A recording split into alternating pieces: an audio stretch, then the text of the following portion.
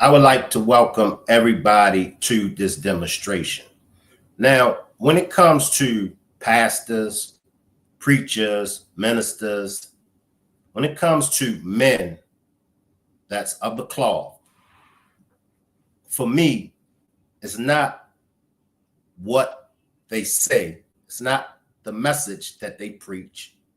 For me, it's the actual work that these pastors, ministers, and preachers are doing in the community and worldwide. Before we get started, let me welcome my Facebook family and friends. Salute to the chat. Salute to the replay gang. Salute to my moderators. Now, many of us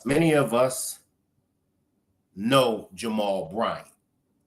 Many of us have heard some of his speeches. Many of us have followed him. Now, when it comes to Pastor Jamal Bryant, and what I'm going to do is I'm going to wait until the end of this demonstration to give my commentary on what I believe and my feelings towards Jamal Bryant. So please make sure you watch this complete demonstration before you weigh in on what has been said about Jamal Bryant in this demonstration. I'm going to read comments and I'm going to take questions from my chat. Now, I want for you all that's in the chat, I want you all to give me your opinion on Pastor Jamal Bryant. Okay, so far we have, he can preach, but he is bad news. And I'm going to accept all comments. If you agree with the pastor, if you disagree with him. And that's why I titled this demonstration, Agree to Disagree. We have to learn how to agree to disagree. Now, Jamal has been in the news lately as far as the 40-day fasting away from buying from Target, right? Capricorn Chronicles says, I never watched him. How do y'all feel? Let me know, how do y'all feel about Jamal's 40-day fasting from Target? And we'll get into details surrounding fasting of Target from Jamal Bryant. Evangelina Salcido, a very happy Easter to those who are celebrating. We begin with the growing boycott against retail giant Target. Several groups say it's entering a new phase. During Lent, Pastor Jamal Bryant urged his DeKalb County congregation to fast from shopping there. 11 Alive's Ariana Muniz explains why he says this movement isn't over. If you ain't been going to Target, open up your mouth and give God glory. Let me stop right there. How many of y'all have participated in the 40-day fasting? Salute, Nikki. Appreciate that cash donation, Nikki. Salute, Nikki. How many of y'all have joined in on the 40-day fasting from Target? I will say, in my opinion, I think that that's a good thing. I believe that that's a good thing. But how do you all feel? How do you all feel? Capricorn says, I just bought groceries from Target 2 weeks ago. Anybody else brought any groceries from Target? I like Pastor Bryant. However, we just finished fasting. See, for me, this is what I expect out of our pastors, ministers, and preachers. I expect more than just talking. I expect them to be active in the community. I expect them to be leading the charge in boycotting, protesting.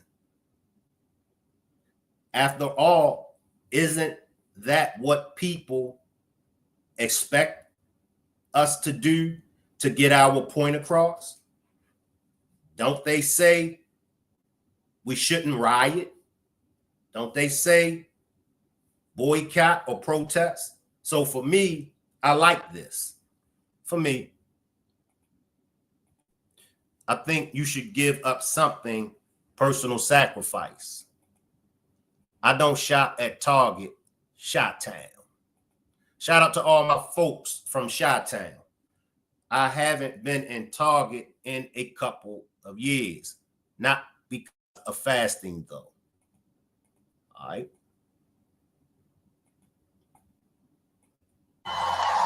10 weeks after New Birth Missionary Baptist Church launched a Target fast, Pastor Jamal Bryant says it's time to raise the stakes. So I told them what I'm getting ready to tell you. We ain't going back in there. What are y'all thoughts? What are y'all thoughts? I gotta keep saying it, y'all. It's nothing more than I respect of a man is when a man stands up. I always talk about this. Where the men at? I respect a man, regardless of his religious faith, regardless of his race, his nationality, regardless of his belief. I respect any man that stands up and fight for what he may believe is the right thing to do. I respect that.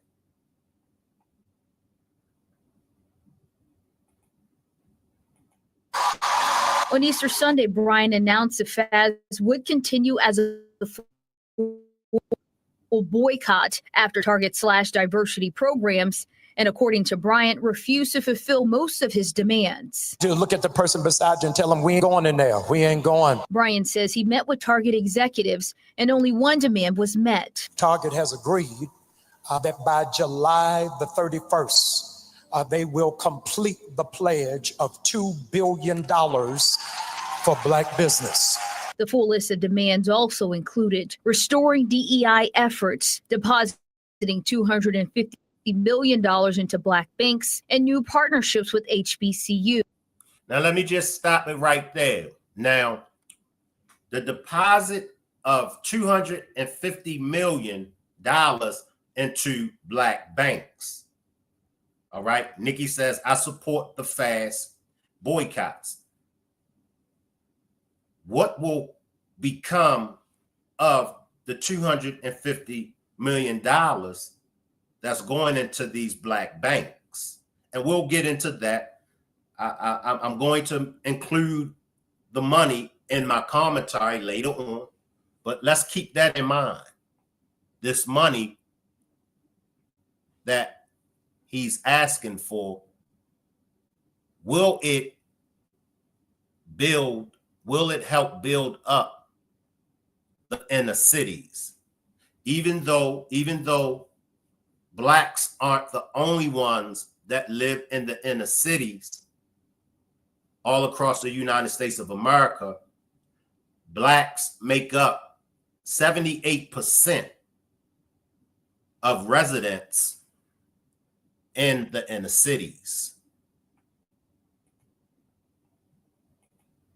I think that what we're asking for is reasonable. Of those four, and 1 out of 4 is not sufficient. Bryant says the fast, combined with the pre-existing grassroots boycott, hurt Target's bottom line.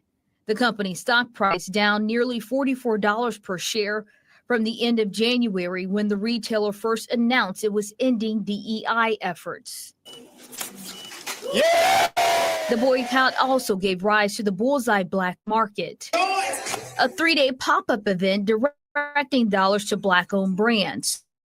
One of them, Lamique Beauty. Before 2020, you're looking at less than 5% of Black-owned beauty products on retailers' websites or on their physical shelves. Kim Roxy, the owner, found her way on Target's website, but says sales for products listed on the website dropped amid the fast, but she's keeping her products listed. I decided to keep my products on the website because they're there because of a Black woman who has a company called Aunt Beauty LA. True Laundry, an Atlanta-based detergent company, also featured. Everybody uses laundry detergent. If you have a good product, then we have people of all colors and all races buying. It's about where people spend. It's about who they're uplifting. He said we have to buy from each other like all the other people, right? And that's important. How do y'all feel about that? Jamal says that we have to buy from each other like the other people do. Asians, they shop with Asians. Hispanics, Mexicans, all these other races, they shop with their own. Do y'all think that that's a good idea? In my mind, it is dictatorship. If he doesn't want to go to Target, fine. What does fasting has to do with corporate business?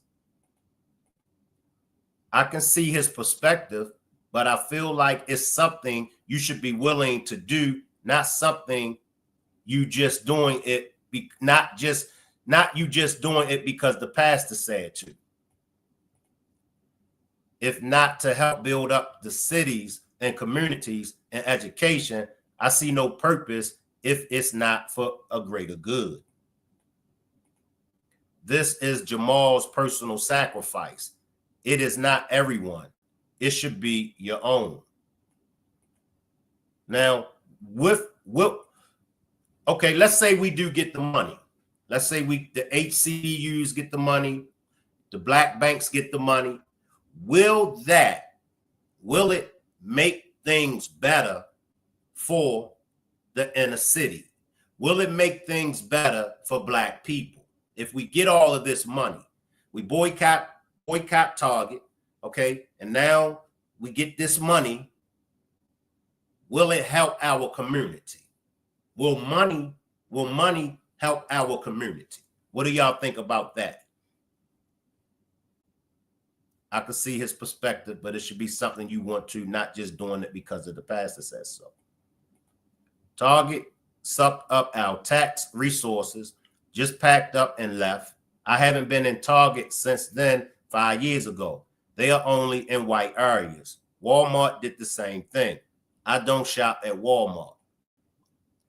Some or most of us need to support black business owners. Black business support each other instead of stepping on each other's feet. Salute, Perk. That's his choice. Trump already signed a bill to cut funding to HBCUs. Never. Yes, Capricorn.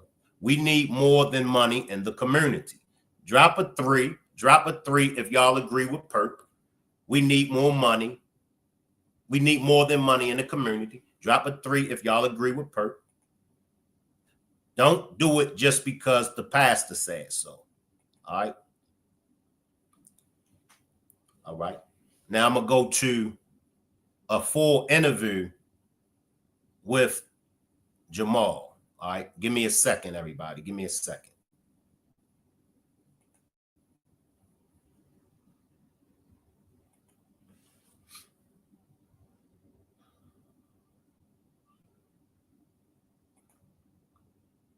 Come out of that.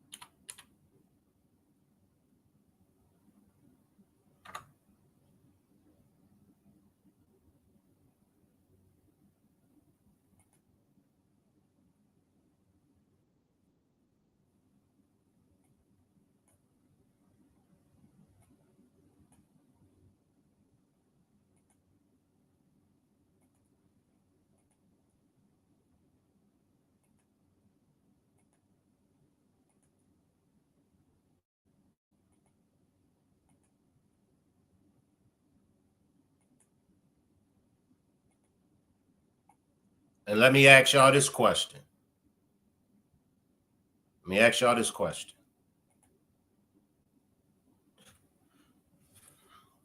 When it comes to Pastor Jamal Bryant, what do y'all think?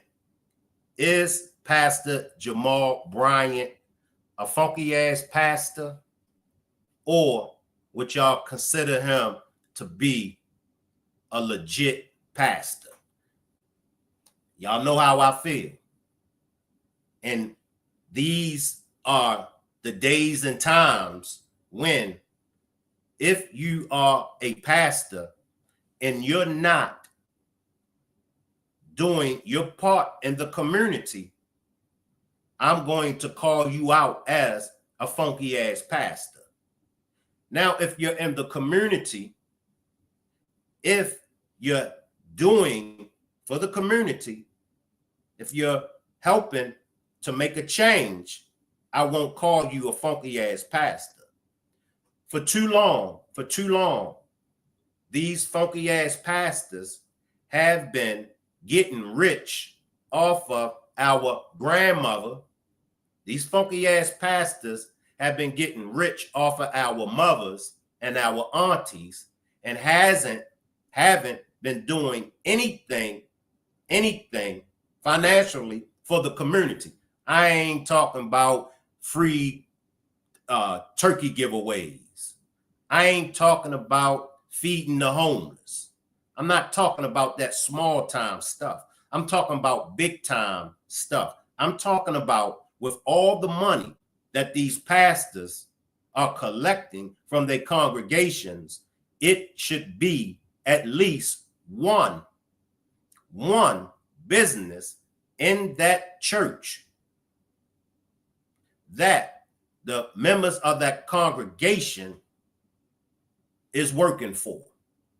As a pastor, you get money from your congregation shouldn't have to go out and look for a job. There should be employment for your congregation if you are receiving funds from members of your congregation. All right. But let's get to some of the pastor's interview. I listened to it. Let me get to it. But these are a different day. This is a different day and time. And we are going to hold these pastors. We're going to hold these pastors accountable. And many might say, but Shank, you ain't a judge. You don't got no right to judge them. Like the hell I do. I got every right to judge these pastors. I got every right, and you got every right to judge these pastors. Don't they judge us? Don't the pastors hold us accountable? When the pastor give their sermon, when the pastor preach, aren't the pastors always talking about you and I? Aren't the pastors always pointing out flaws in you and I? Okay, so if we are being held accountable, then who is holding these pastors accountable? We ain't putting God in this. We ain't going to put God in this. We're going to let God stay where God is at. We put too much on God as it is. We put too much on the politicians as it is. We put too much on the police department. We put too much on our parents. We put too much on everybody else but ourselves. It's time for us. It's time for us to do some judging. It's time for us to hold some folks accountable. See, I ain't got no problem with you holding me accountable, but can I hold you accountable? See, I ain't got no problem with you calling my funky ass out, but can I call your funky ass out?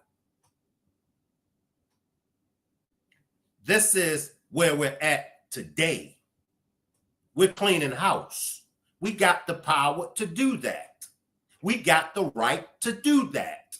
We give the power to everybody else. We give the right to everybody else. So why we can't have that power? Why we can't have that right? Huh? But let's get into this interview with the pastor. Let me grab some of y'all comments. I'm going to try to grab as many comments as I can.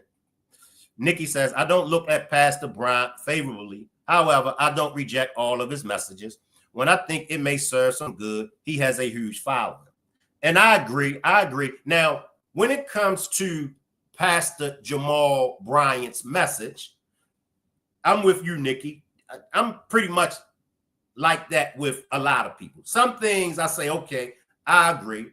Some things I disagree. Some things I'll be like, nah, I ain't going with that. So I'm on the same page with you as well, Nikki. They have not put anything back into the communities. They put some money aside to put towards the community, such as schools, business, a support system to help the people in the community. This is my topic. And this is a topic that we all from time to time, it don't have to be every day or every night, but this is a topic. This is one of those topics that, in my opinion, we do have to have. We need to have these topics and we need to discuss these topics. We need to stop being a fool for people just because they claim to be of God. I feel like if all the Black people would tithe a community fund the same way they faithfully tithe to the church, we could have our own everything. And that's where I'm at, saved by grace. That's where I'm at. This money that is being collected as tithes, what exactly are the pastors doing with this money? Well, you got to give God, his percent. And you're right. But let me be the one to give God what's owed to God. There you go with that BS, Shank. You was all right until you went there. No. Let's make this make sense now. Let's make this make sense. Why I can't have a relationship with God the same way the pastors got a relationship with God? Huh?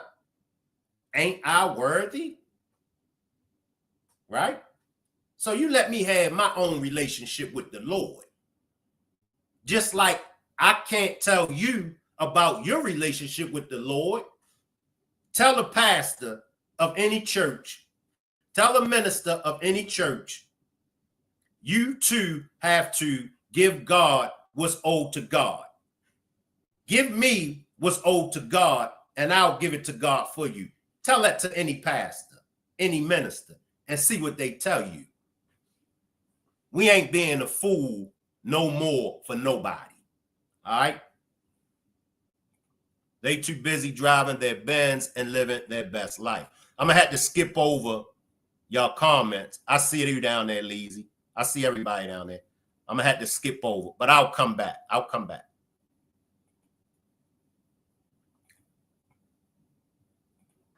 Jamal Bryant, Yes. with Missionary Baptist Church. Thank you so much for some time, because I know this is a busy season. We're ahead of Easter and we're coming off the end of the 40-day Target fast. So for someone who maybe heard about it in passing, what really is the goal here? What are y'all pushing with the Target fast? We are pushing Black business and Black respect. We have over $2 trillion worth of spending power, and we ought to go not where we're tolerated, but where we're celebrated. We were disturbed and offended, if not betrayed, that Target walked away from equity, diversity, and inclusion when we've been faithful partners and consumers. And you said you've been in conversation with Target. What have those conversations and talks been like? They have been robust, healthy, and a whole lot of work. We're still in the final rounds of trying to find a resolve and common ground, but I feel expectant and hopeful that we'll be able to reach it. So what made you think about a fast from Target? You know, we've heard about boycotts, especially in the Black community before, but for something of this scale, we saw it not just here in your church community, but people were talking about this all over the country. I know y'all had close to, if not more than 200,000 people sign up to participate. Yes. What were y'all hoping for and expecting out of this? We were hoping for 100,000. And so our expectation was doubled. And I am just so grateful that the nation saw the vision and latched a hold of it. And I believe it begins a new dawn for the Black church and social activism, and a new generation seeing something happen in their lifetime that is effective and positive. Now, let me stop it right there, everybody. And for my moderators, as well as everybody in the chat, if anybody is down there in the chat trolling, if anybody is disagreeing with what I say, or if anybody disagreeing with you, as long as they're not using profanity, let them rock out. Let them rock out. Handle them however you choose to handle them. You know, I'll accept all the trolls. I'll accept anybody that disagree with me. Moderators, unless they use profanity, let them rock out. And y'all could deal with them however. Now, do y'all feel as though this may be a money grab on the part of Jamal Bryant? Now, what I want to say is, many of our leaders before Jamal Bryant's 40-day fasting from Target, there were plenty of pastors, ministers. There were plenty of activists for as way back to the 60s and the 70s that always advocated to spend your dollars with people that tolerate you. This isn't new. This isn't new at all. This has been around from the beginning of America's history. Remember Black Wall Street. And Black Wall Street was all over the United States of America. And this is my opinion. In my opinion, we as a people, we went backwards. We went backwards as a people when we integrated. And after Martin Luther King realized, and it's not to take away from Martin Luther King. I don't take away from none of our civil rights leaders. I don't take away from none of our men and women that fought and stood for a change. So in no means am I trying to take away from Martin Luther King, but it's true. Martin Luther King, he realized by integrating, it set us back. It set us back because we went from owning our own grocery stores, hospitals, barbershops, beauty salons, clubs. We went from owning them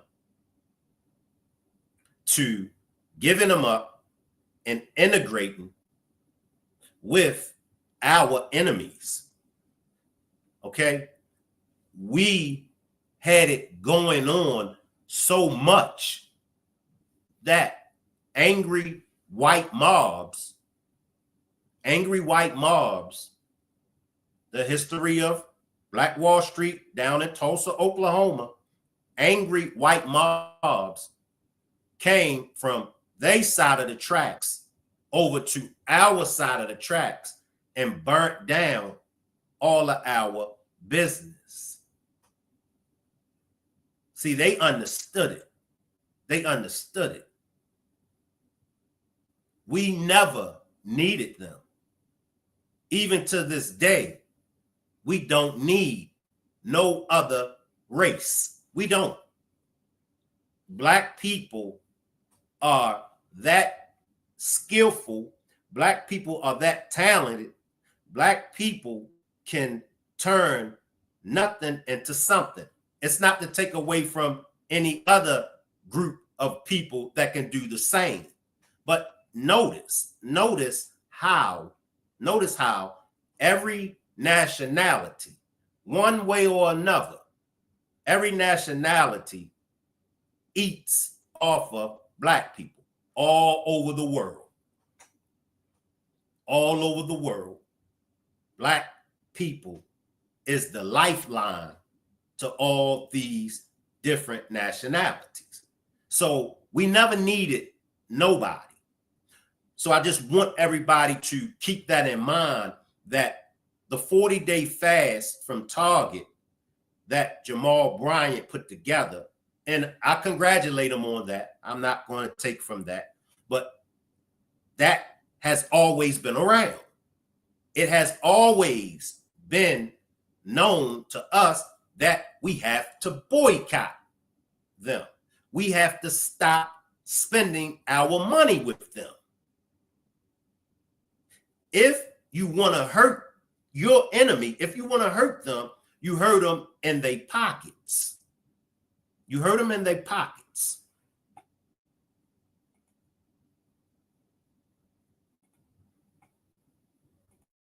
So as part of that, we're here at the Bullseye Black Market. Mm-hmm. What's the goal here? How is this an extension of the work that y'all are doing? And what's the goal and mission with this? You can't tell people what not to do without telling them what they can do. And so this is diverting dollars away from Target to Black business. This is so critical for us that we would value, appreciate, and support entrepreneurship. And so we hope that this in some small way will spark a flame for people to be conscientious about their consumption. And this isn't just here in Atlanta. No, it's 5 cities that are doing it: Houston, Dallas, Chicago, New York, and Atlanta. So how do we move from here? Yes. Because a lot of folks, have Target addictions, they might have said, or at least they may have in the past. Yeah. How do we move forward? It takes 30 days to create a habit. And so people now are in the habit of not going. For them to go back, that Herculean task is left on the shoulders of Target. In the interim, I hope that people will find and support minority vendors who have some of the best wares and goods and services, but just may not be known. And so every person who signed up for Target Fast on our website got a digital directory of 300,000 Black businesses around the country.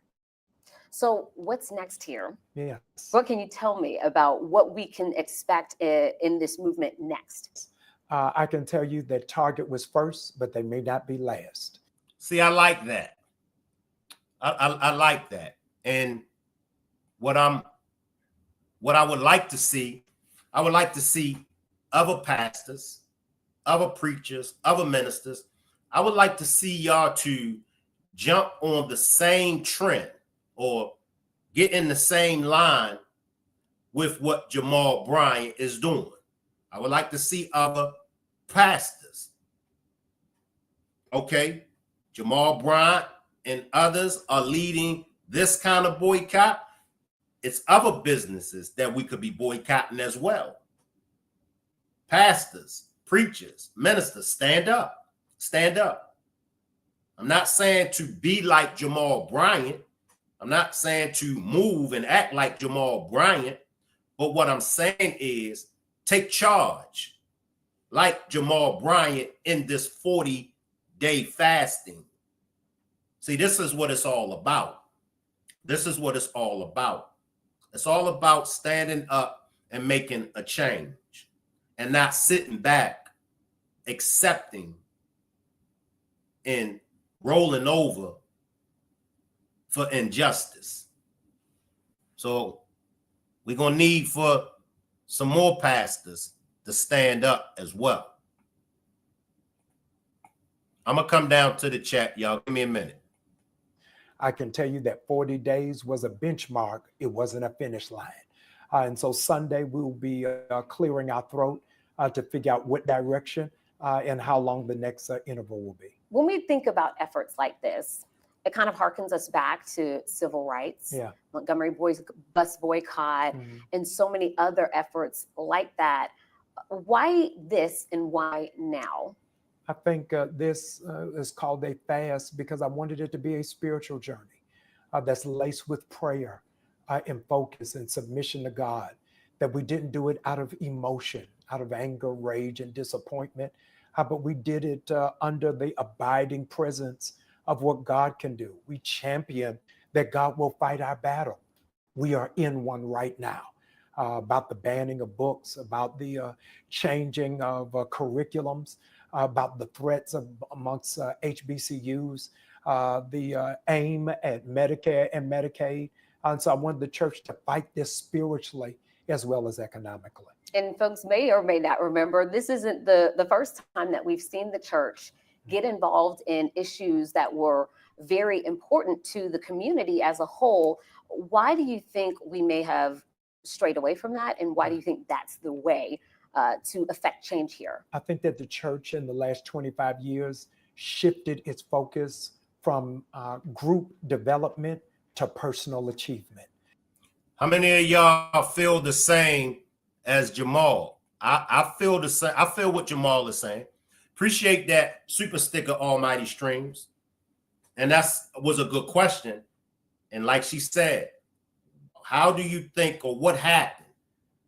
Because like I said, this isn't the first time a pastor stood up and said, we need to protest or we need to boycott.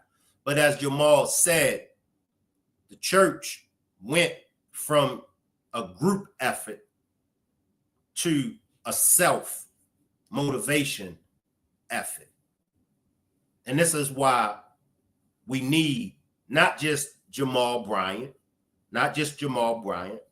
we need all pastors. We need all preachers. The church has always had the biggest influence on our people for as long as I can remember. We got everything from the church. The church was our centerpiece. The church was our backbone. And so we need to get the church back on course. We need to get the church back to where it belonged at by any means necessary. By any means necessary. Now, if you go against this, that tells me a lot as a pastor, as a minister, as a preacher. That tells me a lot about you. This is where we need our preachers at. And we need our preachers on the same accord, come together, because these are the days. Y'all see, I'm already on one. And I don't care if I grew up with you. I don't care how long I've been knowing you. And nah, you ain't going to be able to call my brother and tell my brother, man, get shanked. Shank tripping, man, get shanked. You ain't going to be able to call my brother to stop me. I got to call you out. No matter our history, no matter how long I've been knowing you, I got to call you out. I got to expose you, whether I know you or not. I'm on the path.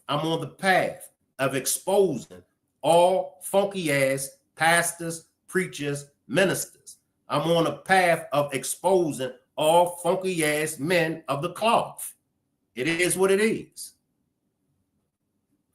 I see you, Mel. I see you, Nene.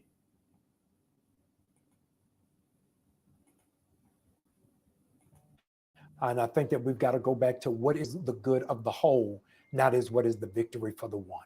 Mm-hmm. I think that's important because a lot of folks, you hear people saying, I'm not a Christian, I'm religious, or, different things like that. Yeah. And so do you think that that's something that kind of maybe speaks to what people feel about religion? This is the largest demographic of Black people in our history in America who don't go to church.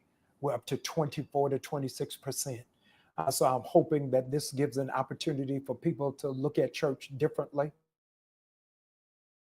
give it another chance, opportunity, and what better weekend than Easter?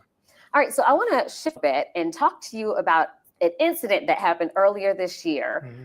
We saw it online. There were a group of African Americans at the White House, and they had your face. Yeah. They were moving it around, and this all came after some of the talks and discussions with things like the Target fast. Yeah. What was your reaction to seeing that happen, and what do you think about the situation? I was in shock that of all of the people that they would put my face on signs in the White House, not Jasmine Crockett, not Raphael Warnock, not Hakeem Jeffries, but whenever it is that you make an economic impact, you will disrupt and disturb the establishment.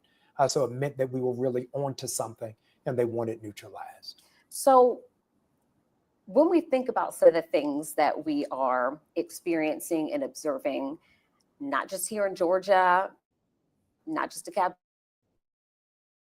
County, but across the eye, book banning, school curriculums, what do you think the church's role is in working to address some of the things that people see that they may not like that are happening? Yeah, the church has the moral authority where the government does not. It is the call to compassion. Elon Musk said the greatest weakness of America is empathy. But we are called as Christians to empathize with the downtrodden and the marginalized and the oppressed. And I think that's where the church steps in and fills that gap. So how do we kind of find the balance there between one church that says we need empathy and another church that says this is not the way? Yeah, I think that's the reality of church has always been. There's been one for integration. There was another church for segregation. The Bible says there's nothing new under the sun. The Bible says there's nothing new under the sun. Mel, you're going to have to mute your mic, Mel. Yeah, you're going to have to mute your mic. And I like what he said. The Bible says there's nothing new under the sun. There's nothing new under the sun. We have to stand up and we have to take leadership. That's why the ministers, the preachers, and the pastors, that's why these men of the cloth, that's why they're in these positions to take charge. Now, as of right now, with Jamal Bryant's 40-day fast, I like that. I like that. I like that. I would like for Jamal to continue to make progress by standing up, boycotting, and he said it. Target is not going to be the last. I like you for doing this, Jamal Bryant. I like you for doing this. I hope that somewhere down the line, I don't have to call you out for being a funky ass pastor. I will, but for what you're doing with the 40-day fast, I like that. I like that. Come on in, Mel.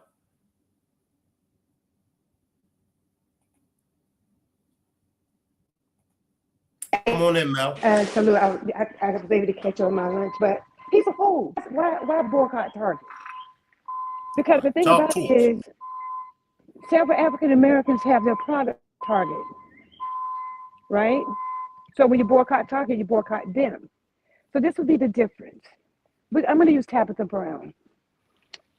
Now, Tabitha Brown has her products in Target, but Tabitha Brown has a standalone store. Now you're going to go to the Tabitha Brown standalone store, and for most of African Americans, her stuff much higher in here than it is in Target. Call you back. I ain't gonna shop in here because everything in here too high. But well, you're right, because our overhead is different than Target.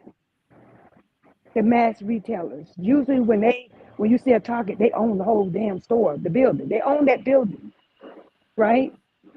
And then they're selling product in the masses, products from everywhere. So their overhead going to be a little bit different than Tabitha Brown, who has her products in just a neighborhood standalone store. So what we will do, we're going to go to buy it from Target because it's going to be cheaper.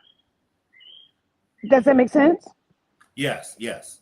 You're right. So let's take, and not saying she shouldn't have many standalone stores in our community, but other than Atlanta, which Atlanta has many African American owned businesses. Just about everywhere you go there, it's like people own it. I'm not really sure what he's talking about, but I want to talk about the Black church. Remember Eddie Long, Bishop Eddie Long? Yes. Eddie Long had a private plane, a helicopter, a Hummer, and all these luxuries, big houses, properties. He had all these luxuries, right? So let's go back to what you said. You said if people are given to the church, then the church should have businesses and should employ. So, but they don't, right? So what would most churches of the masses do to mask what they're doing? They always have a school,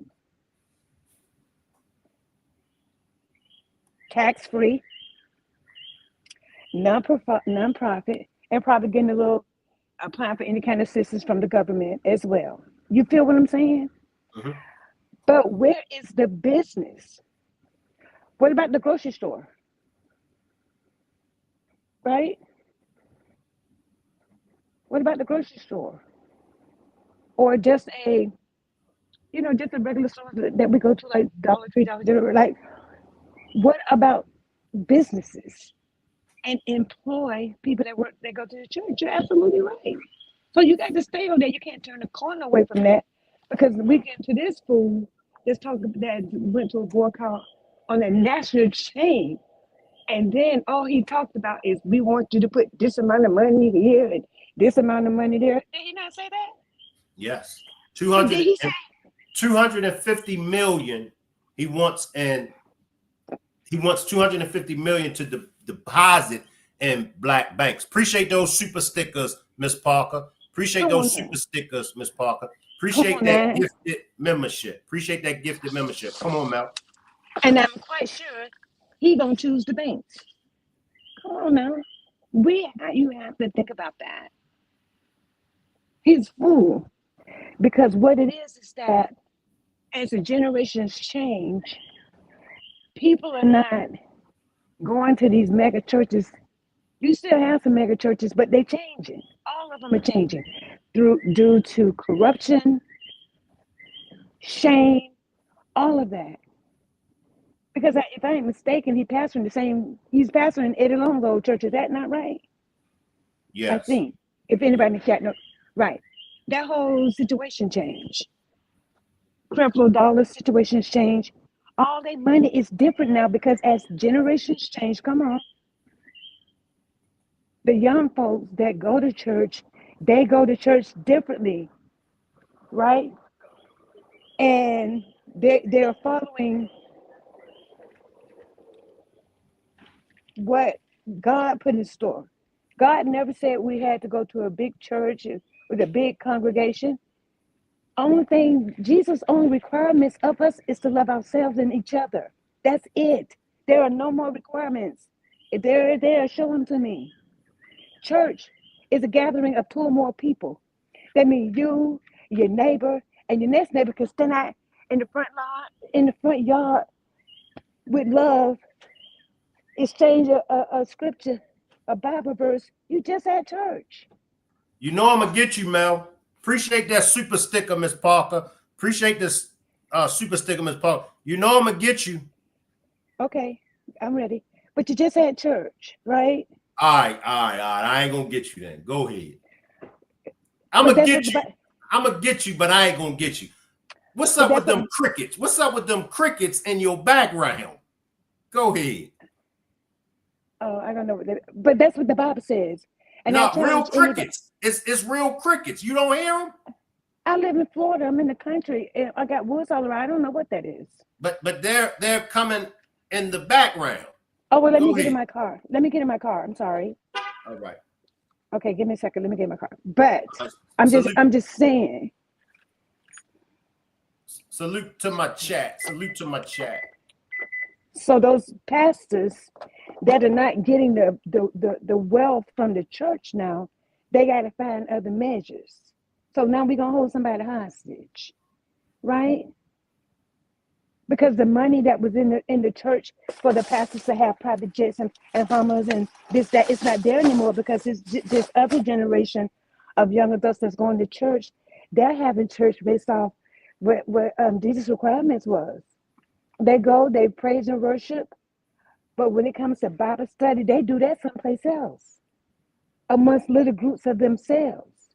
So they're not dealing with all these different offerings. You know what I'm saying? Yeah, Pastor anniversary, everybody need to put in 700. They're not doing that.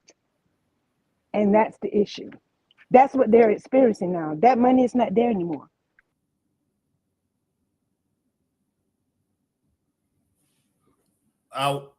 Mel got dropped down. I'll wait till she come up. But in the meanwhile, okay, that go Mel. I don't know. There's something wrong with this. Yeah. Let me go to Pastor Jamal interview real quick. I'll come back to you, Mel. We're just seeing a different iteration of it. Okay, so I kind of want to stick with the online stuff. Okay. Because you go viral quite frequently. Yes. In fact, one of my favorite videos Yes. is Young Sacred. Yes. And the music going on in there. What is your reaction to that happening? I know you're not a stranger to being out in the public and being in the forefront, but what do you think about social media taking to things that are going on in the church and that you're doing so much? I know you've got a podcast going on. Yeah. What is your take on all of that? The reality is social media is no longer an elective. It's the core curriculum.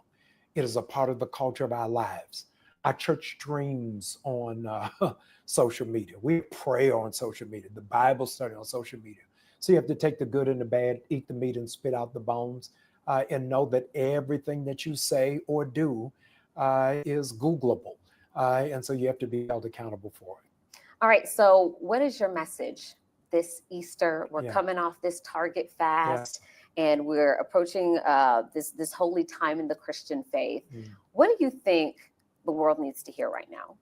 Is that a bull, when it is in the arena in Spain, does not go after a red flag because it's colorblind. It only attacks the movement. And so what you're seeing in America is not about color, it's about a movement. So you're seeing people protest about Tesla. You're seeing people protest about the false imprisonment of students from Columbia University, the refusal to bring back the young man who is in prison. So America is seeing a wave of radical thought. Now I'm gonna stop Pastor right there, and I'm not gonna knock him for his message. I'm not gonna knock him for his message. Now, what I feel, and y'all can agree or disagree with me, what I feel, the message that the world needs to hear. First, the world needs to hear the message of these pagan holidays that we have been celebrating for umpteen years. All right? That's what we need to hear. If we're going to fight, I was always taught, Shank, if you're going to fight, you got to go all out. If you're going to clean house, you got to clean the whole house. You can't just clean one room. You got to clean the whole house. So we need to hear the truth. And I know a lot of y'all is not ready to accept the truth. But I do know that a lot of y'all know the truth about these pagan holidays. I'm sorry. But it is what it is. And I have to call a spade a spade. Christmas is a pagan holiday. Halloween is a pagan holiday. Valentine's Day is a pagan holiday.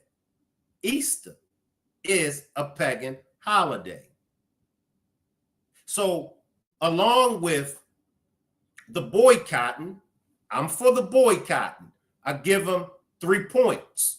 I give them 3 points. But along with the boycotting, you got to go all out. You got to go all in. We don't want half of the armor. We want to put on the complete armor. When is the message going to get to these pagan holidays that we are celebrating? Appreciate the gifted membership, Ms. Parker. We got to, and I know it's hard, but it's not hard. We got to get away from the celebrating these pagan holidays. We got to. So that's where Pastor Jamal Bryant has to stand. Because for me, I don't want it to be where as though it's just a money grab on the pastor's part. Right? Now, if it's not a money grab, if it's not clout chasing, you're going to have to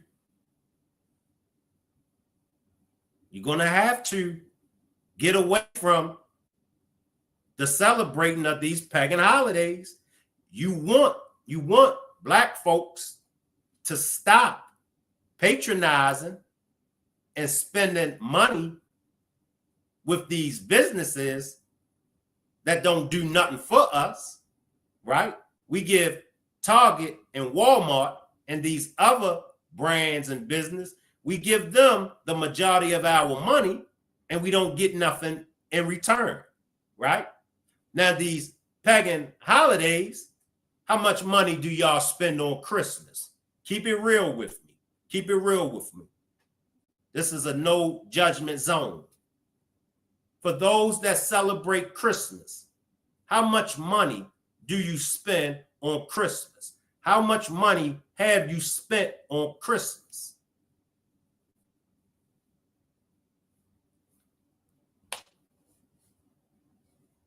If we're going to rumble, we got to rumble.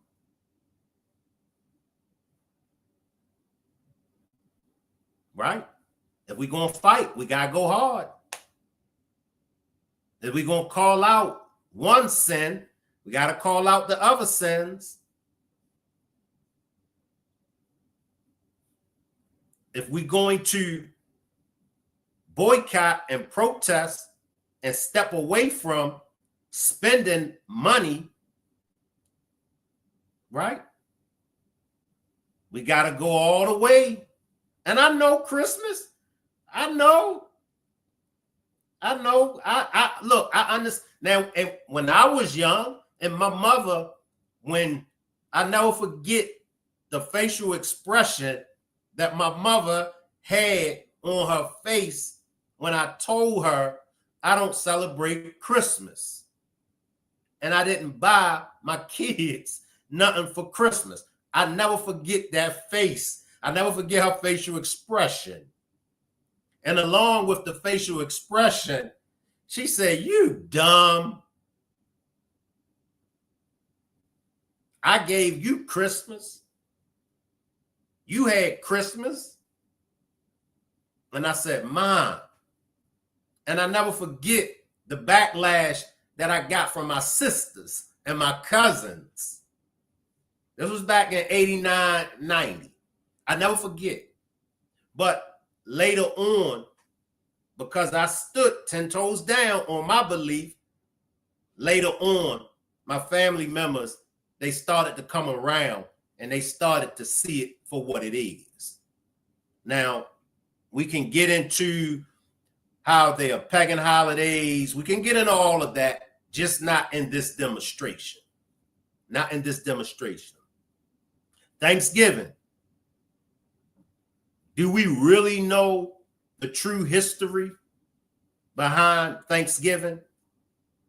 Sure we do. Sure we do. Sure we do. Old folks, we all know the history behind Thanksgiving. But how many of us still celebrate Thanksgiving? How many of us still spend money on Christmas gifts? So for me, and I'm going to give Pastor Jamal Bryant, I'm going to give him his credit as far as the 40-day boycott and Target. But I want to see Pastor Jamal, I want to see him put on the whole armor. I don't want him and other pastors and other preachers to pick and choose on what comes from the devil that they are willing to rebuke and what comes from the devil that they choose to turn a blind eye. All right? Because Target, Walmart, and these other companies and brands that has been sucking all of our dollars and we get nothing in return, those pagan holidays have. Let me see what the chat talking about. My baby had a store underneath the tree. I know.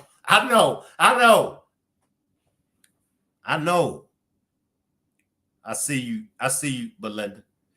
I don't celebrate the pagan days, but it was a process. Exactly. And it's a process. It's a process. It's like cigarettes. It's like drugs. You know, it's like anything that you are addicted to. It takes time. Nene says, I like the food. I still celebrate it, but I go overboard with presents. I need to stop. I know. And wean yourself off of it, Shannon. And everybody else, wean yourselves off of it.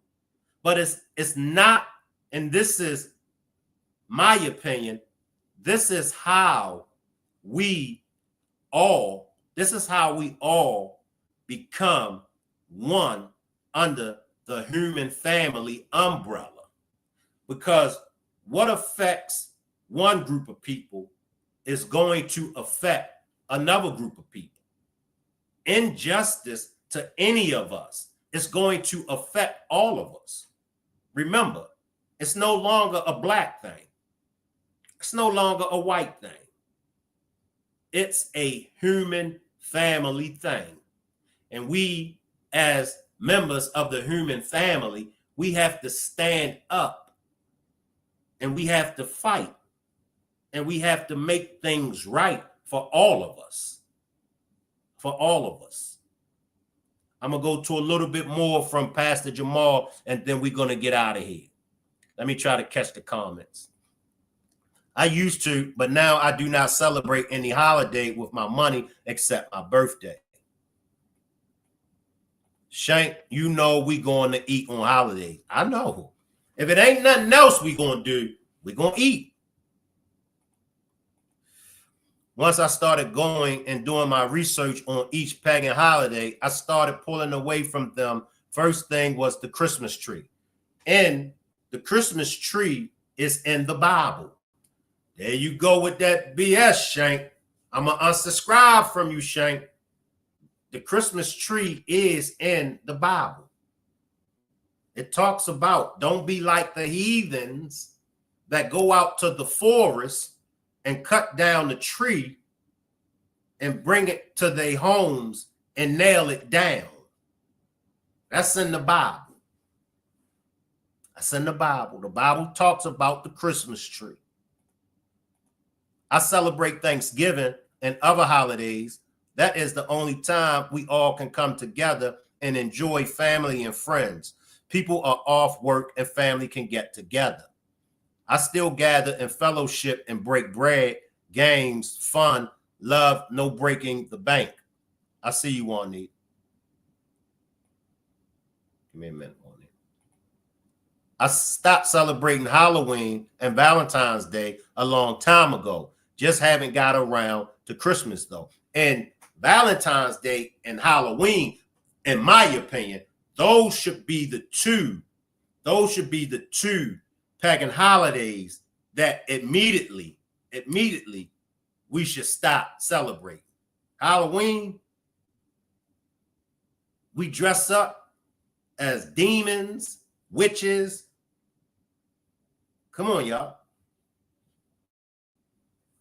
If it's none other than other holidays that we should be able to tell that it's a pagan holiday, Halloween. Nobody, my opinion, nobody should be celebrating Halloween. And we dressing our little babies up as these characters. And then we wonder why the babies grow up and be these characters. Christmas in my house is celebrated by spending time with the whole family, enjoying time with each other, playing games and conversations. I don't really celebrate pagan holidays. I do the most around those holidays because most family members and friends are off. I enjoy playing games and eating. Everyone is off work, so it's always a big gathering time. Just close the purse. You're not supposed to celebrate your birthday. I've been taught that celebrating your birthday is a sin as well. Ms. Bull says facts. Nene says being a hypocrite. I'm going to drop down, y'all. It is real tough. Idol worshiping, bowing down to the tree to give gifts. I'm not perfect. We spend more on Valentine's than all holidays. Salute, Rebecca. No, I don't mess with that day, Halloween. Oh, no. That should be at least one holiday that we should easily know. And that's pagan. Blue Devil, don't forget Made Up, Sweetest Day. It's the family experience. I don't do Valentine's Day, Halloween, and in Detroit, we have Sweetest Day, Made Up holidays. All right. Shout out to Detroit. Everybody is materialistic nowadays. You just have to learn to turn something bad into something good. Do family events. Halloween and Valentine's Day are the most evil holidays. On Valentine's Day, a lot of blood was shed, just like Halloween. Yes. And I'll probably do a demonstration on breaking down the pagan holidays. May I ask why we aren't supposed to celebrate our birthdays? Oh, no, I'm sorry. I'm celebrating my birthday. We aren't promised tomorrow, and making it to another year is something to celebrate. The word church, too. I traded Xmas as a memory day with family. All right, let me finish up the rest of the interview with Pastor Jamal, and then we're going to get out of here. And I'll give my closing remarks. That is not limited to black and brown, but is moving America in the wrong direction. And a lot of people are pushing against it. I have one last question for you. Yes. Because I can feel your passion. Yeah. Have you thought, has it kind of entered your mind ever to get into the world of politics? It wouldn't be the first time that we've seen a pastor, especially here in Atlanta, throw their hat in the ring. Has that ever crossed your mind? Is that something that you could see in the future for yourself? I think that's what I'm doing. It's called social justice or liberation theology. And you don't need a title to do it. You need a call, and I feel like I'm walking in my call. Do you think you're ever going to run for a particular office outside of the efforts that you're already doing? I'm running for my life. My wife will only let me run to the store and be back in 30 minutes. All right, y'all. Y'all let me know how y'all feel about Pastor Jamal Bryant. Y'all can let me know on the replay gang, and y'all can let me know in the chat. For me, I applaud Pastor Jamal. I applaud him for the Target 40-day boycott. I like that. I like that. I like that. And I do feel like more pastors and ministers should get on board, stand up. We got a lot of work to do. We got a lot of building to do. Now, is it a money grab? I don't know. Pastor Jamal Bryant, I have reached out to you, and I'll reach out to you again. If you see this demonstration, please contact me. You can contact me on Instagram at Shankrock, because I would like to talk with you. I would like to properly give you your flowers in person or on the phone. And I would like to tell you how much I stand with you on the 40-day boycott. But I would also like to see you talk about us moving away from celebrating these pagan holidays. Salute, Sagittarius. I see you, Sagittarius. I appreciate everybody for pulling up. Salute. I will leave the chat running, and y'all can hang around. I'll see y'all later on. Salute, everybody.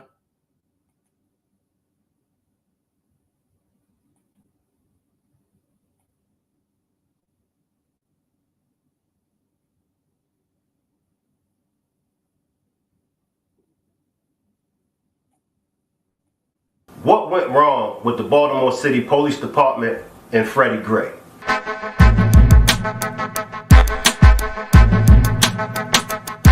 Give me a Mac and a 9 and I'm armed to do it. I had them slugs run up in you like embalming fluid. I'm out that mob and I got the scars to prove it.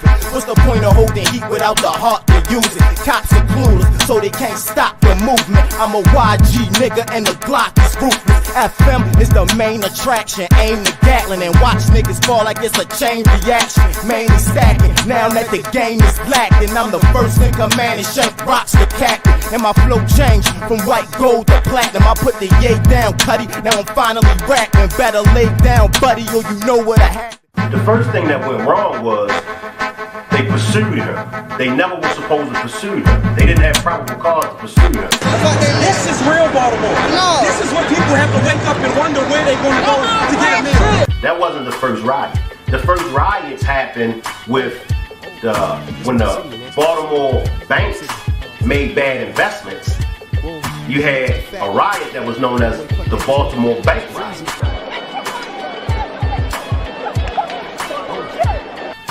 I don't want to make it seem like I'm bashing the mother of the year, but we have to look at how they played that whole situation. It goes back to the old Willie Lynch. When she went upside his head and smacked him and everything. Now, if I'd done it, a black man would have done that on national television. They would have locked me up.